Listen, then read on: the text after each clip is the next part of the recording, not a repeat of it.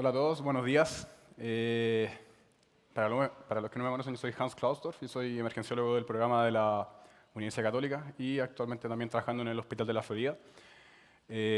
Antes de partir, quisiera aprovechar la oportunidad que tengo de estar ante este escenario que es súper maravilloso, de agradecer a un grupo de personas que, si bien ya fue agradecida, para mí eso es muy importante, eso es lo que me motiva para seguir trabajando día a día en lo que estoy haciendo actualmente, que es el grupo de residentes de urgencia. Espero que donde estén, ¿cierto?, reciban mi más profundo agradecimiento de todo lo que están haciendo y lo que están haciendo todos los días. Segundo, para mí, que soy emergenciólogo desde hace un año y alrededor de 3 meses más, presentar en el curso más grande de América Latina de medicina de urgencia, siendo tan joven, es todo un desafío.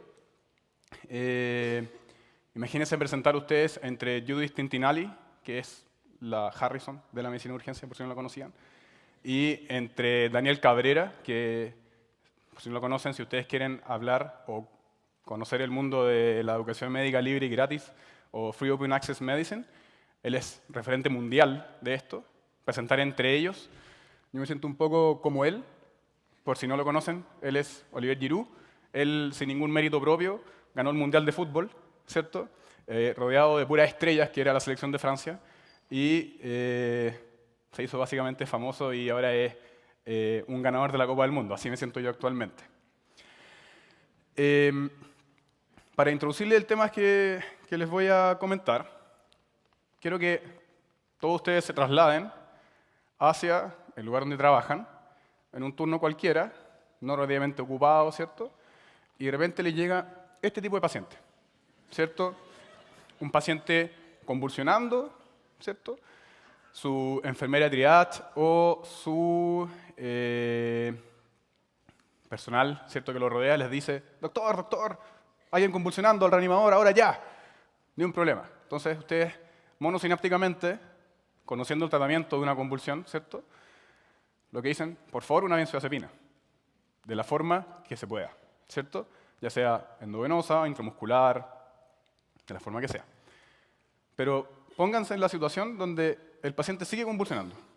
Entonces dicen: ok, pasemos otra, a ver si funciona.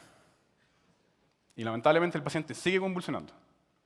Dice: todo está más difícil, ¿cierto? Ya con menos seguridad, el personal notando que básicamente ustedes ven que su tratamiento no está funcionando, pero siguen haciendo el mismo tratamiento, una y otra vez.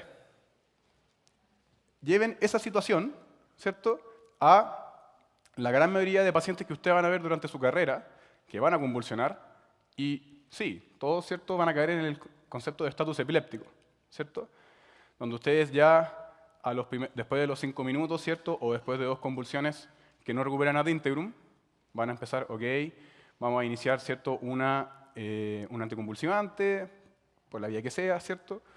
Pero hay un grupo de pacientes, que es el objetivo de la presentación, que es ese grupo raro y pequeño, que si ustedes hacen la terapia que administran todos los días sobre iniciar benzodiazepinas, anticonvulsivantes, no van a responder independiente de las veces que lo hagan, y ese es el objetivo de la presentación. Hablarles, ¿cierto?, sobre convulsiones que no mejoran con benzodiazepina. Existen 5 situaciones clínicas donde es muy probable que a ustedes les toque esto y que tienen que saber reconocerlas, sospecharlas y, naturalmente, tratarlas, porque todas se asocian a mortalidad de los pacientes. La primera de ellas es la eclampsia, cuyo tratamiento, por supuesto, no son la administración de benzodiazepina, sino la administración de sulfato de magnesio. Pueden ver la dosis en las diapositivas. Es muy importante que lo reconozcan porque es la segunda causa de muerte materna actualmente en este país. Se presenta más o menos en un 3 a un 5% de los embarazos. Y es muy fácil, ¿cierto?, cuando se presenta una paciente, una mujer, ¿cierto?, con el signo inequívoco del embarazo, ¿cierto?, y está convulsionando, por supuesto que es fácil sospechar: oh, está convulsionando, es una embarazada, probablemente tenga una eclampsia. Eso es muy fácil. O si ustedes además tienen disposición de tener ecografías en su urgencia. Eso es bastante fácil de hacer. Lo difícil es aquellos grupos de pacientes donde uno no va a sospechar de buenas a primeras que esto es una eclampsia. que es lo que quiero que se lleven para la casa. Si bien la eclampsia tardía definida sobre 48 horas posparto, la media de presentación de la convulsión es a los 5 días posparto, el riesgo existe hasta las 5 semanas, perdón, hasta las 4 semanas posparto.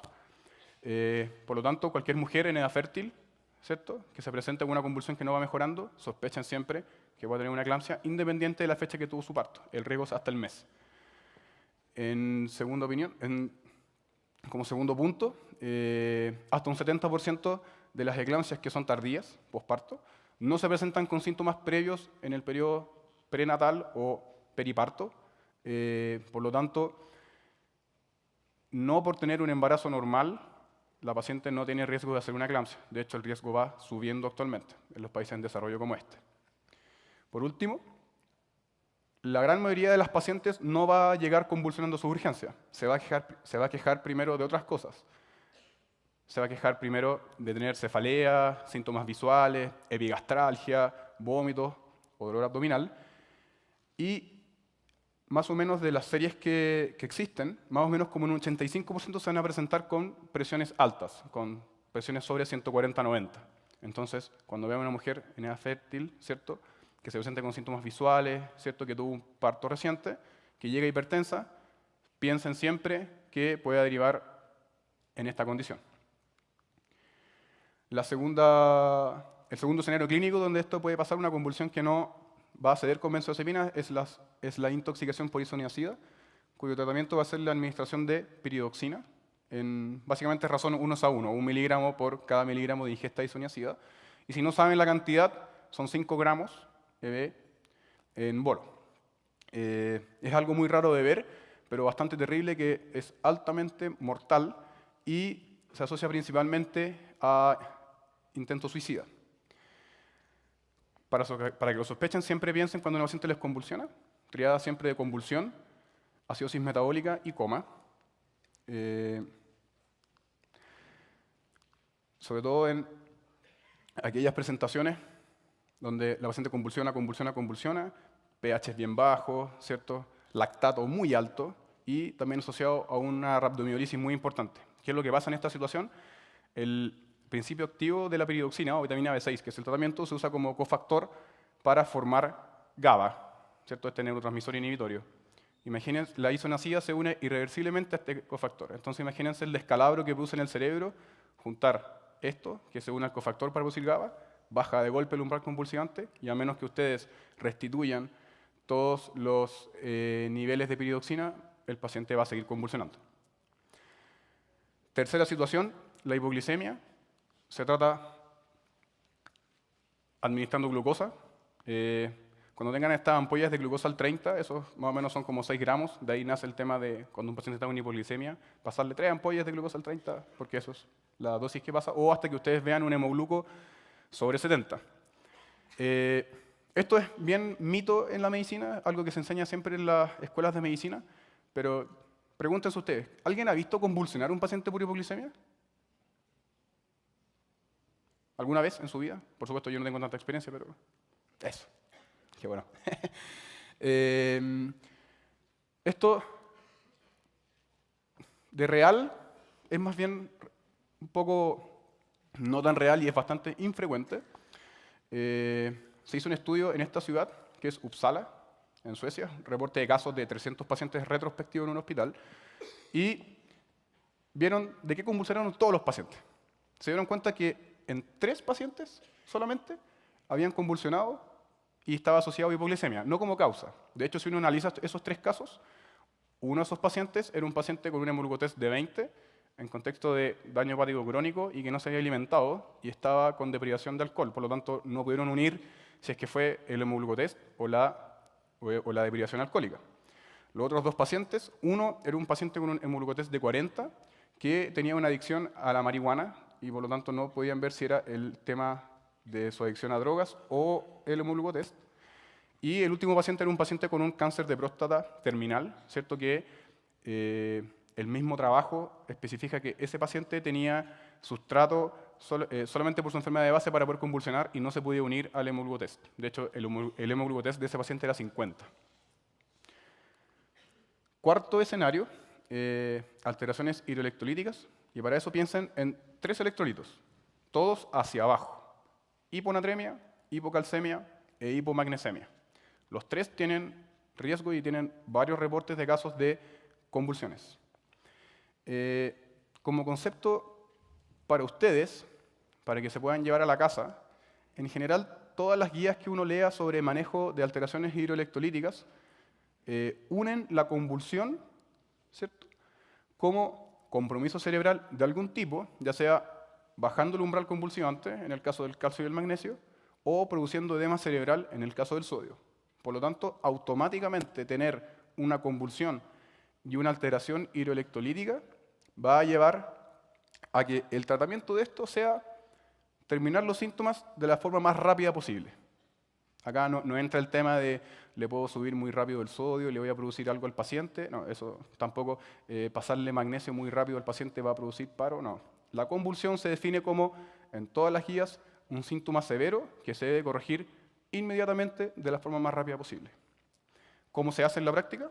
En el caso de la hiponatremia, la administración de suero hipertónico, dependiendo de dónde uno lo lea, las guías americanas ponen 100 cc, las guías europeas 150 cc, en 10 minutos la guía americana, 20 minutos la guía europea. La corrección de la hipocalcemia, básicamente tienen que administrar de 100 a 300 miligramos de calcio elemental en 10 minutos. Tienen 2 formas de hacer esto en la práctica, dependiendo de lo que ustedes tengan en su carro de paro. La administración de gluconato de calcio, que eso les va a administrar 94 miligramos de calcio elemental, son, por lo tanto, 3 ampollas, ¿cierto? O cloruro de calcio, que aporta esa cantidad de calcio elemental. El problema del cloruro de calcio es que es altamente irritante y altamente flevítico, por lo tanto, solo se reserva para casos de extrema gravedad. Las guías definen ese caso como paro cardíaco y algunas guías la misma convulsión. Va a depender de ustedes y de la vía que ustedes tengan. Yo les digo en el fondo, si actualmente se están pasando drogas vasoactivas por vía periférica, no debe ser tanto problema con cloruro de calcio. Y para corregir la hipomagnesemia, la administración de sulfato de magnesio es en esa cantidad. Básicamente pasan 1 o 2 gramos en 5 minutos y esos mismos 1 o 2 gramos los pasan en una PIC en 1 hora. Recuerden siempre, en los pacientes que consultan por convulsión y alteración hidroelectrolítica y están sospechando hipocalcemia o hipomagnesemia, tienen que tratar las dos. El metabolismo del calcio y del magnesio van unidos. Por lo tanto, si ustedes sospechan, ok, le llegan los exámenes, por ejemplo, y ustedes dicen, ok, este paciente tiene un calcio en 4 y por eso está convulsionando, y ustedes administran calcio y no está funcionando, administren de forma conjunta magnesio para que ustedes, ¿cierto?, puedan quitarse ese problema fisiopatológico de encima y al final tratar las dos cosas. Por último, en la quinta situación, la temperatura. Solamente el uso, la situación clínica definida como golpe de calor, heat stroke o básicamente hipertermia, está asociado a riesgo de convulsión. Por lo tanto, ese paciente, si bien pueden administrar benzodiazepinas, a menos que no lo enfríen, el paciente va a seguir convulsionando. Y el manejo es enfriarlo rápidamente con lo que se tenga. Para eso yo les doy opciones, ¿cierto? Va a depender un poco de su propia expertise, el lugar donde estén y qué método se hace de regla en el centro en el que están. A su izquierda pueden ver los métodos que son no invasivos, no hay necesidad de colocarle ninguna vía al paciente, de los cuales el que tiene mayor efectividad es la inmersión, básicamente sumergir al paciente en una piscina con agua helada, ¿cierto? Y eso es lo que baja mayor cantidad de grados Celsius por minuto, que es la unidad de medida que ven entre paréntesis. A su derecha pueden ver los métodos invasivos, los que básicamente son los que más rápidamente bajan la temperatura, con el tema, ¿cierto?, que implica colocarle una punción peritoneal a un paciente, ¿cierto?, una sonda Foley o una sonda nasogástrica, va a depender de ustedes. Para concluir, no está mal cuando llegan este tipo de pacientes, ¿cierto? Y obviamente, como le dije en la primera diapositiva, ¿cierto?, pensar como esta gran mayoría de personas va a estar dentro del cuadro clínico que se llama estatus epiléptico, empezar a tratarla con benzodiazepinas y con anticonvulsivantes, eso no está mal. El problema es que si ese mismo paciente lo ven durante el tiempo y ustedes notan que sigue taquicárdico, sigue hipertenso, ¿cierto? Lactato alto, o sea, tienen evidencias de que ese paciente está persistiendo con su convulsión, recuerden estas 5 situaciones que tienen que sacarse encima porque por más benzodiazepina o fenitoína, propofol, levetiracetam, la droga que tengan, hagan lo que hagan, ese paciente no va a yugular su crisis. Recuerden siempre las 5 situaciones con sus respectivos tratamientos. Eso. Ha sido un agrado para mí estar acá. Espero hayan aprendido algo y muchas gracias a todos.